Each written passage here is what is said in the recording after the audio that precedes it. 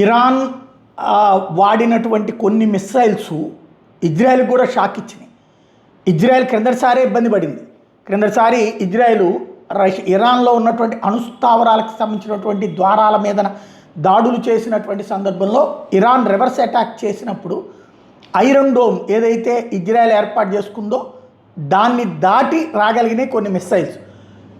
ఈ ట్రిప్పు అదే జరిగింది.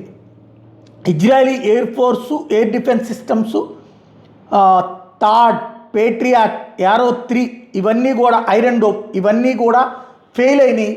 ఇరాన్ కొట్టినటువంటి మిస్సైల్స్లో కొన్ని నేరుగా వచ్చి ఇజ్రాయెల్లో ఉన్నటువంటి టెలవీస్ దగ్గర కొన్ని పడ్డాయి, ఇజ్రాయెల్లోని మరికొన్ని ప్రాంతాల్లో కూడా పడ్డాయి. GPS లేకుండానే ఇరాన్ ఈ స్థాయిలో ఇజ్రాయెల్ని దెబ్బ కొట్టడం ఇజ్రాయెల్ ఊహించలేదు. కాబట్టి క్రిందటిసారి ఇట్లాంటి పరిణామాల తర్వాతనే ఇజ్రాయెల్ యుద్ధం ఆపడానికి ఓకే అంది, అమెరికా యుద్ధం ఆపించింది. మరి ఇప్పుడు ఏం జరుగుతుందో చూడాలి.